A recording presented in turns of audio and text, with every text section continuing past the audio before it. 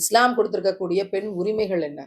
அதற்கான தேவை என்ன என்பதை அறிந்து அவளுடைய தேவையை பூர்த்தி செய்த பிறகுதான் உங்களுடைய தேவையை நீங்கள் பூர்த்தி செய்ய வேண்டும். நீங்கள் விளைநிலங்களுக்கு செல்கிறீர்கள் என்று ஒரு விளைநிலத்தை எப்படி பக்குவப்படுத்தி பாதுகாத்து நீர் பாய்ச்சி இந்த விளைநிலத்துக்கு தேவையான அனைத்தையும் தயார் செய்து கொடுத்த பிறகு நெல் விதைக்கப்படுகிறதோ, அதை போல அந்த பெண்ணை நீங்கள் பக்குவப்படுத்தி அவளுக்கு தேவையான அனைத்தையும் செய்து கொடுத்த பிறகுதான் உங்களுக்கானதை நீங்கள் தேடிக்கொள்ள வேண்டும். விளைநிலங்களுக்கு செல்கிறீர்கள், இறைவனுக்கு அஞ்சிக் கொள்ளுங்கள் என்று உலகம் பேச தயங்கிய பெண்ணுரிமையை பேசியது இஸ்லாம். திருக்குரானில் இறைவன் இந்த சத்தியத்தை பேசினான்.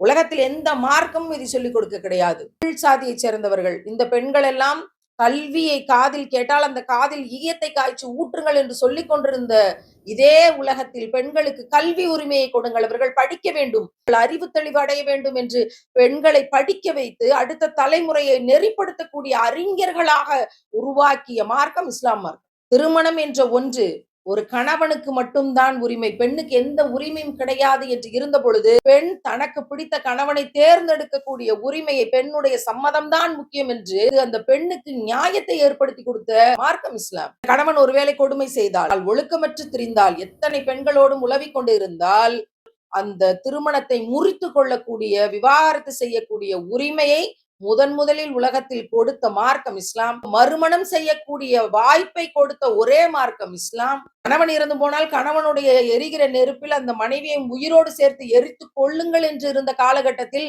பெண்களுக்கு திருமணம் செய்கிற உரிமை உண்டு, விவாகரத்து செய்கிற உரிமை உண்டு, மறுமணம் செய்யக்கூடிய உரிமை உண்டு என்று சொன்ன மார்க்கம் இஸ்லாம்.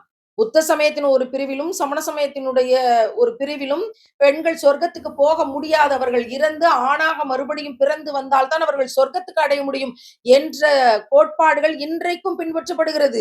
ஆணும் பெண்ணும் சமமாக சொர்க்கத்திற்குள் நுழைய முடியும் என்று உலகத்திற்கு இறுதியாக பிரகடனம் செய்த மார்க்கம் இஸ்லாம். தந்தை பெரியார், அம்பேத்கர் உட்பட்ட அத்தனை பெண்ணுரிமை போராளிகளும் சொன்னார்கள், அந்த பெண்ணுரிமை விடுதலையை, பொருளாதார சுதந்திரத்தை ஆணாதிக்க சமுதாயத்திடமிருந்து மீட்டுக் கொடுத்த மார்க்கம் இஸ்லாம். பெண்ணுக்கு சொத்துரிமை உண்டு என்று அறிவித்தது இஸ்லாம். கற்பு என்பது பெண்களுக்கு மட்டும்தான், ஆணுக்கு அது கிடையாது என்று வரையறுக்கப்பட்ட சட்டங்கள் இருந்த இந்த உலகத்தில் கற்பு என்பது ஆணுக்கும் சமம், பெண்ணுக்கும் சமம். அவனும் ஒழுக்க பேணுதலோடு இருக்க வேண்டும், நீங்களும் ஒழுக்க பேணுதலோடு இருக்க வேண்டும் என்ற ஆணுக்கும் பெண்ணுக்கும் ஒழுக்க பேணுதலை மிகச் சமமாக பிரித்து கொடுத்தது இஸ்லாம்.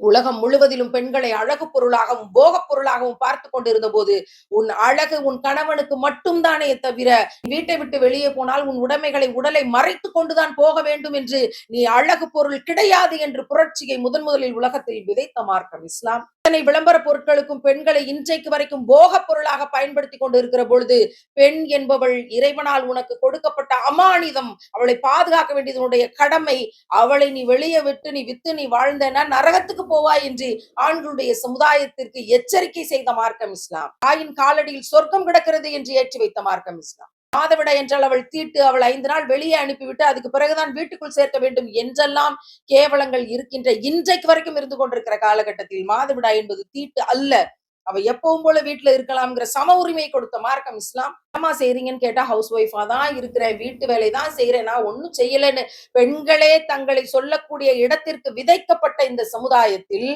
அன்றைக்கு பெண்கள் மருத்துவர்களாக இருந்தார்கள், செவிலியர்களாக இருந்தார்கள், அறுவை சிகிச்சை செய்யக்கூடியவர்களாக இருந்தார்கள், மிகப்பெரிய கல்வியறிவு பெற்றவர்களாக இருந்தார்கள். திரைக்கு பின்னால் ஆண்களை உட்கார வைத்து மிகப்பெரிய மார்க்க போதனைகளை அவர்களுக்கு கற்பிக்கக்கூடிய பேராசிரியர்களாக இருந்தார்கள், படைக்கு தலைமை தாங்கினார்கள், போர் வீராங்கனைகளாக இருந்தார்கள், படையை நடத்தி சென்று வெற்றி பெற்றிருக்கிறார்கள் பெண்கள். அன்றைக்கு இஸ்லாம் இத்தனையும் செய்து காட்டியது. உலகத்திலேயே பெண் உரிமையை தந்து பெண் அடிமையை போக்கிய மார்க்கம் இஸ்லாம் தான். உலகம் அழியக்கூடிய காலம் மட்டும் இந்த சூட்சுமங்கள் தான், இந்த ஃபார்முலாஸ் தான், இந்த நுணுக்கங்கள் தான் இந்த சமுதாயம் நிம்மதியாக வாழ்வதற்கு, பெண்கள் சமத்துவமாக வாழ்வதற்கான தத்துவங்கள்.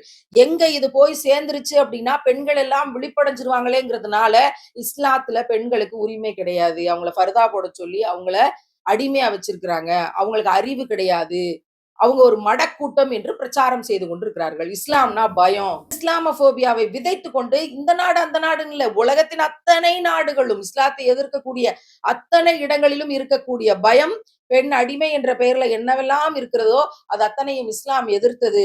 அதனால் அவர்கள் இஸ்லாத்தை எதிர்க்கிறார்கள்.